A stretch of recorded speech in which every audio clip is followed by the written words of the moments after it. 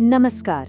आज हम इतिहास के एक ऐसे पन्ने को पलट रहे हैं जहां एक तरफ देशभक्ति की आग थी तो दूसरी तरफ एक ऐसा दांव जो देश को बना भी सकता था और मिटा भी सकता था। ये कहानी है सुभाष चंद्र बोस की, एक ऐसे देशभक्त की जिसने आजादी के लिए दो युद्ध लड़े।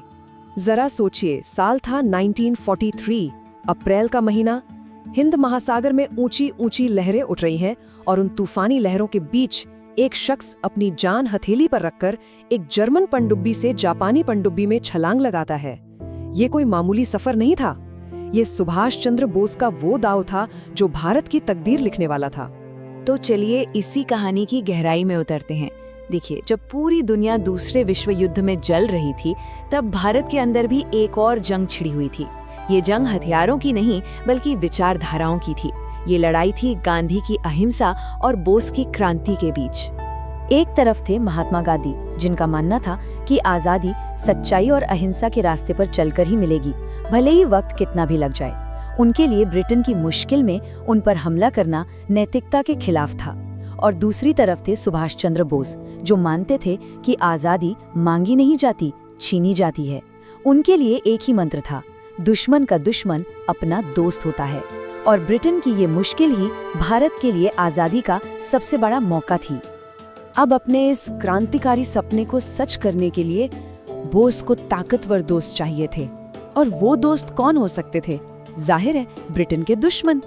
इसी सोच के साथ उन्होंने वो कर दिखाया जिसकी कोई कल्पना भी नहीं कर सकता था।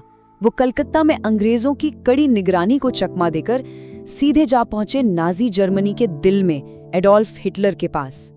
लेकिन ये कोई दोस्ती का गठबंधन नहीं था, ये तो बस एक मौका परस्ती थी। बोस जिस हिटलर से मदद मांगने गए थे, उसी हिटलर ने अपनी किताब माइन काम्फ में भारतीयों को एशियाई बाजीगर कह के उनका मजाक उड़ाया था। मतलब बोस एक ऐसे इंसान से हाथ मिला रहे थे जो उनकी कौम को ही नीचा समझता था।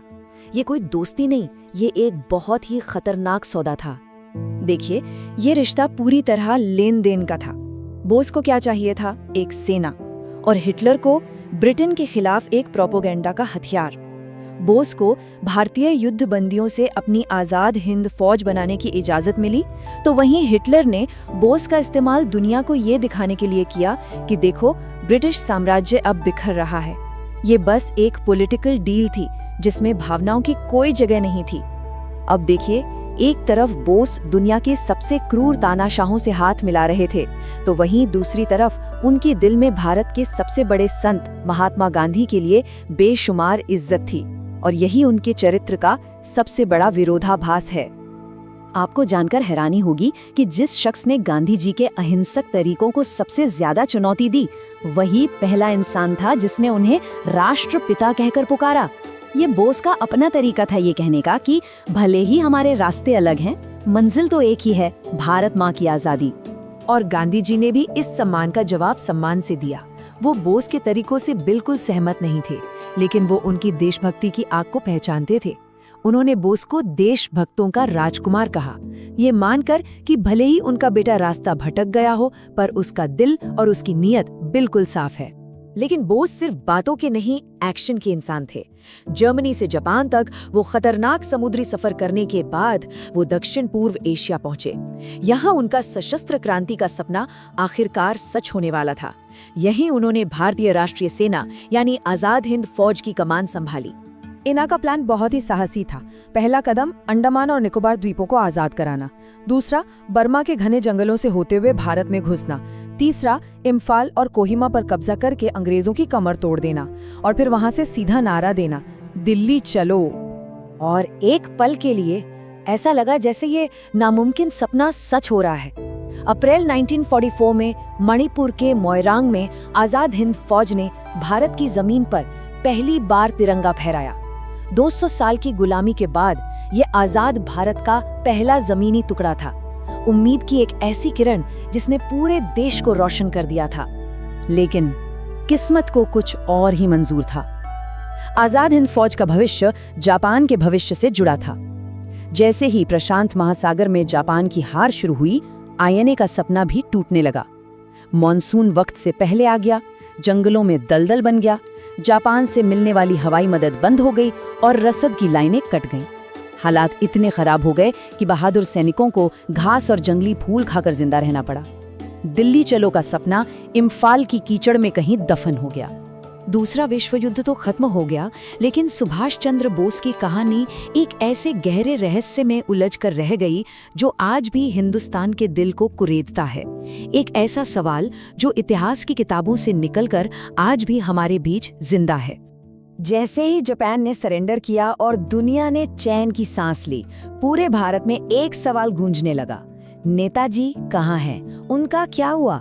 और ये एक ऐसा सवाल था जिसने अनगिनत कहानियों और विवादों को जन्म दिया। कई थ्योरीज सामने आई। सरकारी कहानी ये है कि ताइवान में एक प्लेन क्रैश में उनकी मौत हो गई, लेकिन बहुत से लोग मानते हैं कि ये बस अंग्रेजों को धोखा देने की एक चाल थी। एक और थ्योरी कहती है कि वो सोवियत रूस पहुंचे, जहां उन्हें धोखा मिला और साइबेरिया की जेल में उनकी मौत हो गई। और फिर एक सबसे रहस्यमयी कहानी है कि वो वापस भारत आ गए थे और गुमनामी बाबा बनकर सालों तक यहीं रहे। सच क्या है, ये शायद हम कभी नहीं जान पाएंगे। लेकिन बोस की मौत के रहस्य से भी ज्यादा जरूरी है उनकी विरासत। और यहाँ एक चौंकाने वाली बात सामने आती है। 1956 में ब्रिटेन के प्रधानमंत्री क्लेमेंट एटली, जिन्होंने भारत की आज़ादी के दस्तावेजों पर साइन किया था, उन्होंने खुद माना कि अंग्रेजों के भारत छोड़ने की असली वजह गांधी जी का आंदोलन नहीं, बल्कि सुभाष चंद्र बोस की INA थी। INA ने ब्रिटिश इंडियन आर्मी की वफादारी की नींव हिला दी थी। अंग्रेज समझ गए थे क्या वो भारतीय सैनिकों पर राज नहीं कर सकते। तो फिर हम सुभाष चंद्र बोस को कैसे याद करें? क्या वो एक ऐसे देशभक्त थे जिन्होंने आज़ादी के लिए सही गलत हर रास्ते को आजमाया, या वो एक ऐसे जुआरी थे जिन्होंने अपने देश को फांसीवादी ताकतों के साथ खड़ा करके बहुत बड़ा खतरा मोल लिया था? उनकी कहानी हमें एक मुश्किल सवाल पर लाके छोड़ देती है। आज़ादी की असली कीमत क्या है और उसे चुकाने के लिए कोई इंसान किस हद तक जा सकता है? ये एक ऐसा सवाल है जिसका जवाब आज भी इतिहास की किताबों में ढूंढा जा रहा है। Subscribe to my channel.